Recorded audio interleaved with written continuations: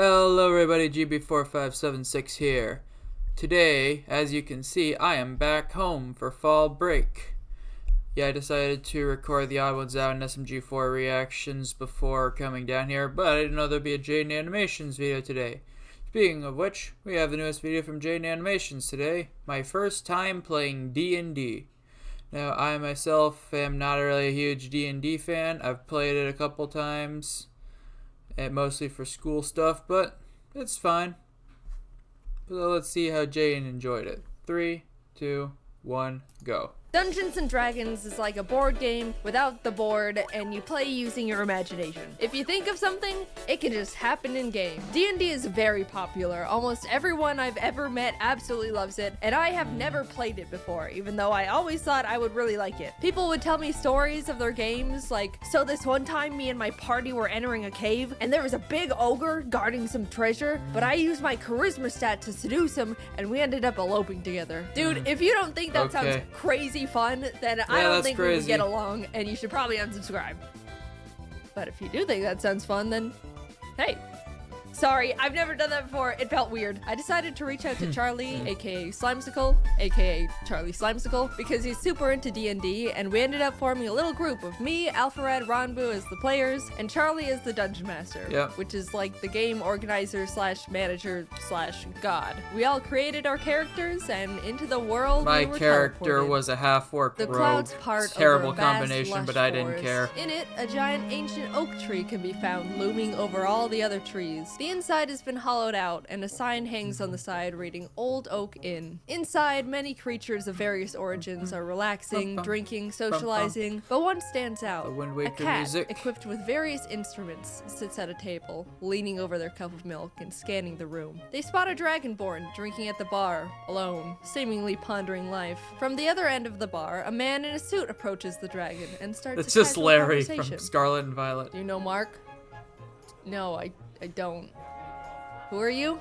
I'm Paul. I'm an assistant manager at Ye Old Mart of Wall. 43 years old. My wife passed away during childbirth. My parents died. And my only child, Paul Jr., ran away at age 6. I'm living a deadbeat life, not even able to go up in the corporate ladder because my manager, Mark, prevents me from doing so. So here I am, drinking away my woes. Sounds like something Alpharad would do. Excuse me, are you two new around here? Born and raised. I wish I was. Okay, so I've been stuck in a time loop for what I believe to be the past 3 years. I've relived the same day over and over. I suspect my neighbor Thomas somehow trapped me here, but I don't know how to escape. Okay. I can prove it. Look, over there. In about 5 seconds, there's a 70% chance a waiter is gonna trip and drop their glasses onto the ground.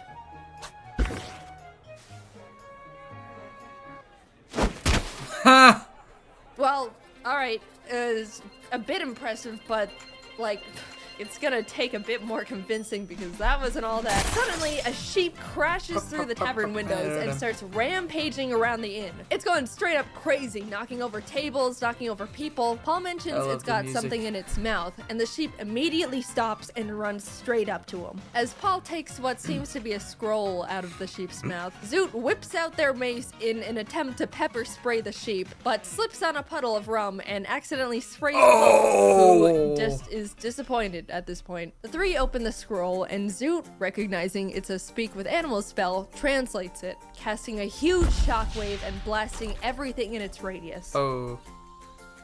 Well, hello? that worked. Can you understand me now? Yeah.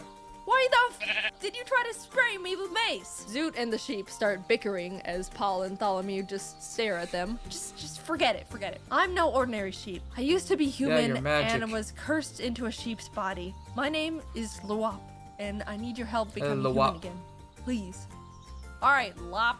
Well, it's Luop. Come on, guys, let's go. And for some reason, they all went along with it, still not understanding what the hell is going on. Maybe, they both thought, they could find their arch enemies, Mark and Thompson, along the way. Mark and Thompson. The group is walking through the woods. I mean, I want to kill Mark. Very on edge, feeling like something isn't quite right. The tree line is shifting in unnatural ways. Oak trees are turning into birch. The bushes are rustling. Zoot spots various random animals along the path and picks up a turtle, which they add to their inventory. Paul tries to pocket a turtle of his own, but it turns out to be a rock, and is then mauled by a cougar. Ah! He ends up unharmed, though his adventure suit he changed into is now ruined. Zoot feels bad about Paul not getting a turtle, so they offer to let Paul name theirs, to which he chooses Paul Jr. They eventually reach a clearing with a large Paul stone Jr. outcrop covered in engraved shifting runes. Carved into a stone is a large bronze door with a face on it. What's on the door? Hello. You should try to impress it. Oh, okay. Let's see.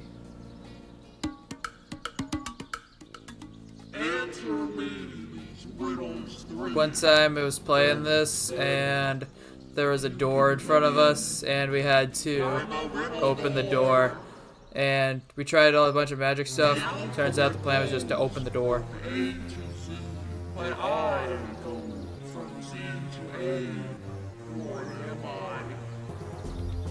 The alphabet backwards. Oh. Oh.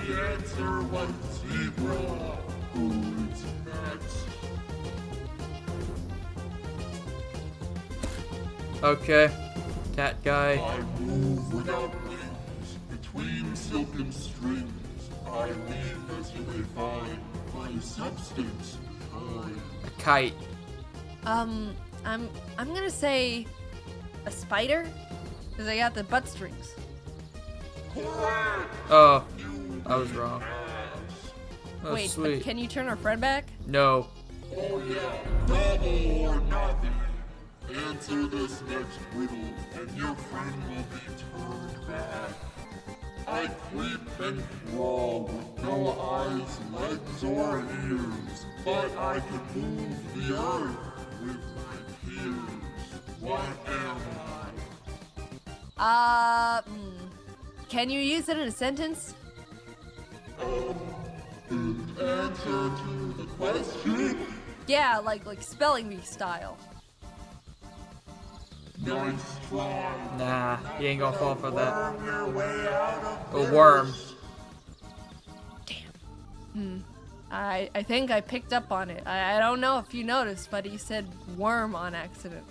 I'm very detail oriented. Don't listen to him, he's a zero. Paul Jr., what do you think the answer is? Turtle. Turtle, final answer. It's a worm. Yay.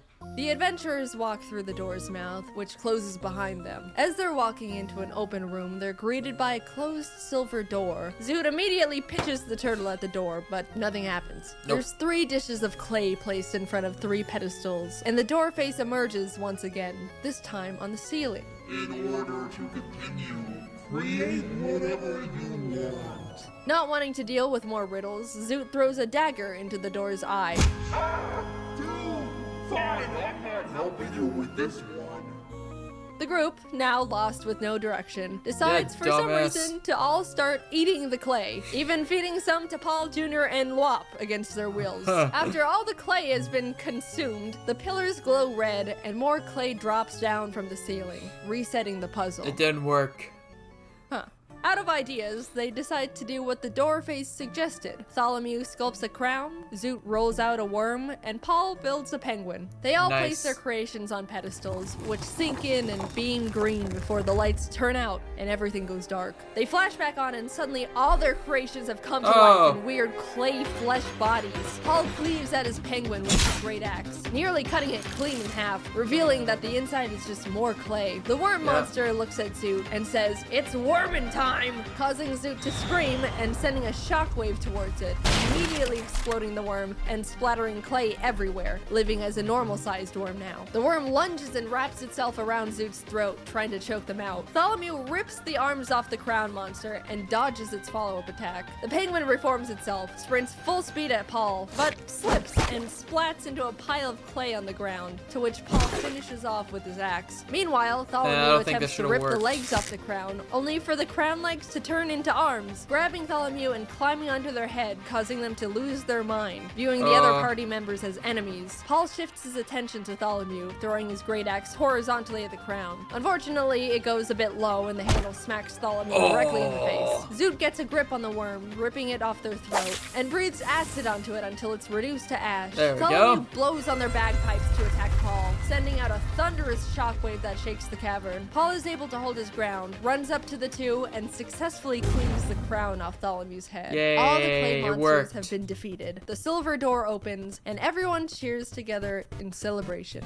The adventurers enter the new room to be greeted by wooden structures, spiral staircases, platforms, and a golden door at the very back wall. It looks like a camp is set up inside the area, and voices can be heard above on one of the platforms. Tholomew scans the Those area toad looking for traces voices. of their neighbor, Thompson. Not only do they discover a pack of goblins that have inhabited the area, but he also recognizes a familiar boot print in the clay. It's the same type Thompson Thomas wears. Thompson. He's been here.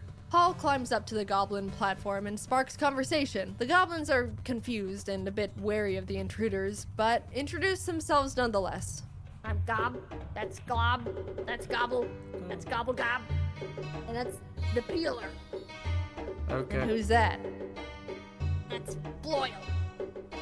So your names are Gob, Glob, Gobble, Gobble Gob, Peeler, and Loyal? The Peeler. Ooh, the peeler. So your name is the Peeler. You don't know anything about Marker Thompson. I only know about one thing, and that's peeling. Yeah.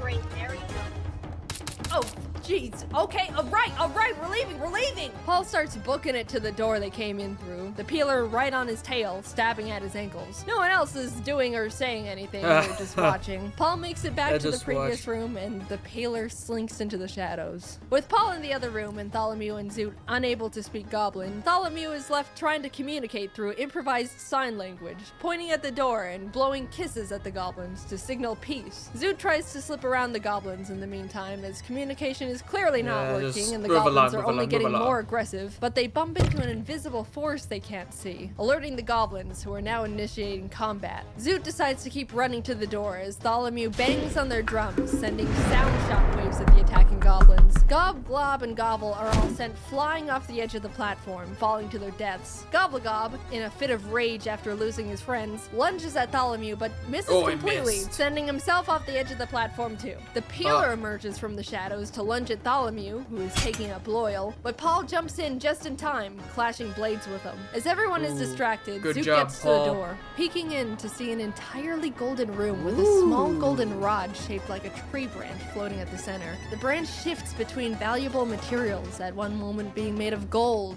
then emerald, then ruby. Gobblegob, the goblin that accidentally dove off the side of the platform, sprints Doesn't back up the matter. stairs and attempts to tackle Tholomew off the platform, but accidentally Oh. leaps over him and plummets once again over the edge.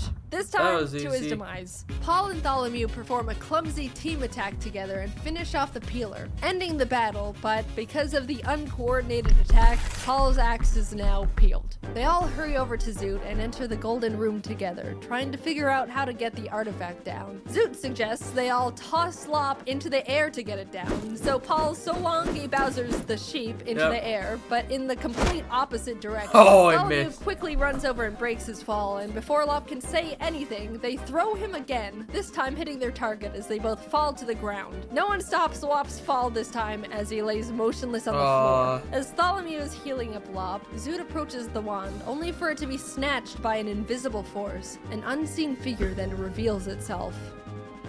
Well, hey there, neighbor. Oh, and Paul. It's me, your good friend, Mark Thompson. Oh! Tholomew, you ruined my life, spreading false rumors about me. You said I cursed you, and now no one wants to talk to me. My wife and kids left me, everyone avoids me, so I spent years becoming a dark wizard, and I'm gonna have my revenge. Mark Thompson. What about me? I- And you, I don't like you. Paul. Anyway, yeah! You all are gonna be spending the rest of your lives here in this shifty sanctum. I'll be going now. Bye. Tholomew quickly casts Locate Object on the wand Mark is now holding and throws ink in the general direction, hoping to reveal where Mark is, but unfortunately it doesn't land.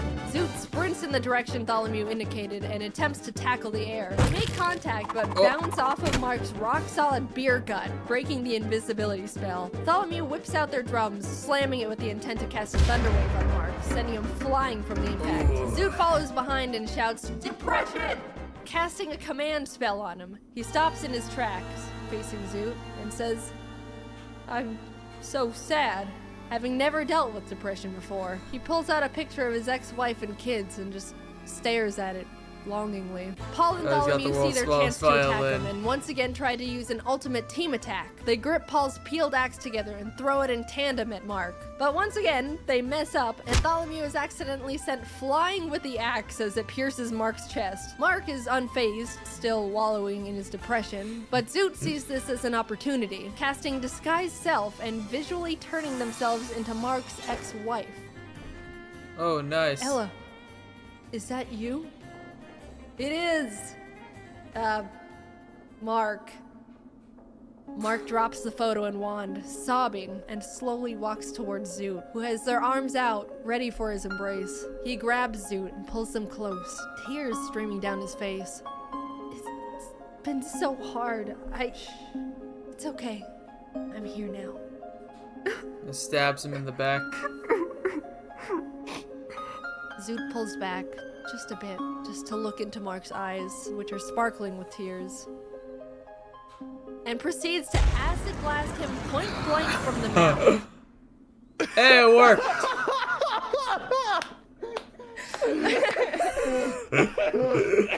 I mean, if it Mark works, is heavily it works. damaged but alive, snapping back to reality and throwing Paul's axe to the ground. If I can't have the wand, no one can! Paul picks up one part of his peeled axe. Looks like the manager position just opened up. He throws the axe and hits Mark, but doesn't kill him. He then picks up the other peeled axe part to throw as well, but it boomerangs around and hits him in the back of the head. Bartholomew grabs the wand from the ground and points it at Mark. This is for everything.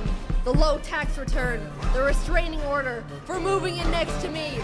You're my personal hell! Mark turns to Paul while being zapped by the wand. Would you still let me be your manager, even if I was A worm. You're fired.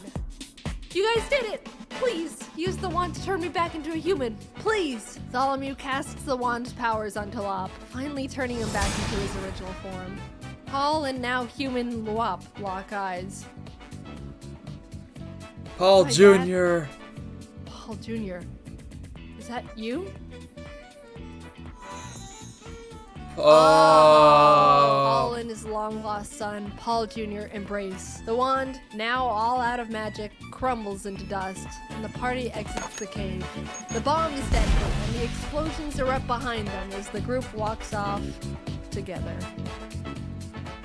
This Thanks is a for nice watching. story. This was a different type of video, but I hope you enjoyed it. Especially big thanks to Charlie, Ronbu, and Jacob for the great D&D session. It was super fun, and I really want to play more. I'd like to upload highlights of the actual D&D session to my second channel eventually, but it's not ready yet because I'm bad at planning. So maybe that'll happen one day. Anyway, this was a big project. Thank you to the team as always, and to Sir Meow for the sound effects. Links to everyone are in the description. Okay, I will see you later. Bye-bye. Oh yeah, this was a very entertaining video. And yeah, a whole thing about D&D is that something either stupid will happen or yeah, that's it. Just all stupid. But that's going to do it for this video. Thank you for watching. Please check out another video of mine and I'll see you guys later. Bye.